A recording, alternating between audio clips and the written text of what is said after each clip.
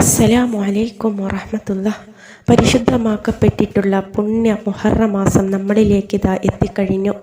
ഇൻഷാ അല്ലാഹ് പിറ കാണുകയാണെങ്കിൽ മറ്റന്നാൾ മുഹറത്തിൻ്റെ ആദ്യ രാവായിരിക്കും. ഈ ഒറ്റ രാവിൻ്റെ മുമ്പായിക്കൊണ്ട് നമ്മളെല്ലാവരും ഒരു വർഷം ചെയ്തു പോയിട്ടുള്ള എല്ലാ ദോഷങ്ങളും നമ്മളിൽ നിന്നും പുറത്ത് കിട്ടുന്നതിനും നീങ്ങിക്കിട്ടുന്നതിനും വേണ്ടിയിട്ട് അള്ളാഹുവിനോട് തൗബ ചെയ്ത് നമ്മൾ മടങ്ങുക. പുതിയൊരു ഹിജ്റ വർഷം നമ്മളിലേക്ക് ഇതാ കടന്നു വരികയാണ്.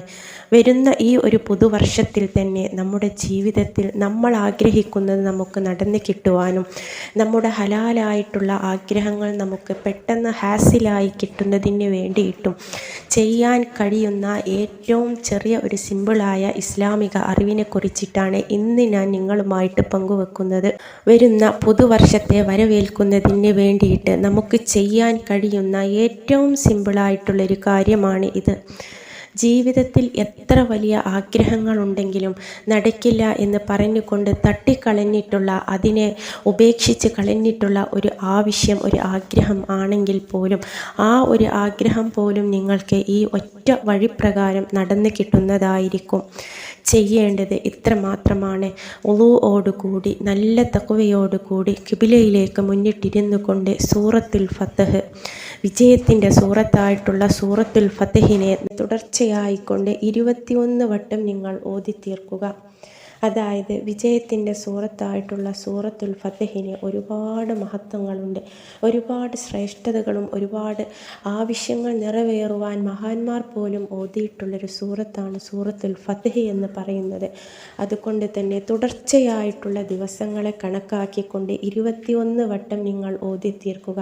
അതിനുശേഷം 486 വട്ടം യാ ഫത്താഹു യാ അള്ളാഹ് എന്ന അള്ളാഹുവിൻ്റെ ഇസ്മിനെ കൂടെ നിങ്ങൾ അതിന് കൂടെ ചൊല്ലുക. ശേഷം കൈകൾ ഉയർത്തി അള്ളാഹുവിനോട് നിങ്ങൾ ദുആ ചെയ്യുക.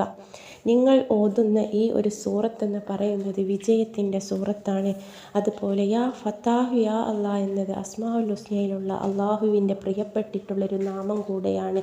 ഇത് രണ്ടും കൂടെ കൂടിച്ചേർന്ന് അള്ളാഹുവിനോട് നമ്മൾ കൈകൾ ഉയർത്തി ദുആ ചെയ്യുമ്പോൾ ആ ഒരു ദുആ അല്ലാഹു തആല നമ്മളിൽ നിന്നും തട്ടിക്കളയില്ല.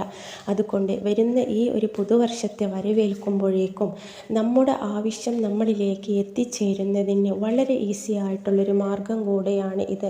നല്ല തഖ്വയോട് കൂടി ചെയ്യണം. നിസ്കാരങ്ങൾ, അതായത് ഫർള് നിസ്കാരം നിങ്ങൾ ഖളാ ആക്കാതെ നിർവഹിക്കുക. അനാവശ്യ കാര്യങ്ങളിലോ ചിന്തകളിലോ പ്രവർത്തനങ്ങളിലോ ഏർപ്പെടാതിരിക്കുക. ഹറാമായ ഭക്ഷണം കഴിക്കാതിരിക്കുക. ഇതൊക്കെ അതിൻ്റെ ഓരോരോ നിബന്ധനകളാണ്. അതുകൊണ്ട് നല്ല രീതിയിൽ നല്ല മനസ്സാന്നിധ്യത്തോടു കൂടി സൂറത്തുൽ ഫത്ഹിനെ നിങ്ങൾ ഇപ്പോൾ തന്നെ ഓതി തുടങ്ങിക്കോളൂ.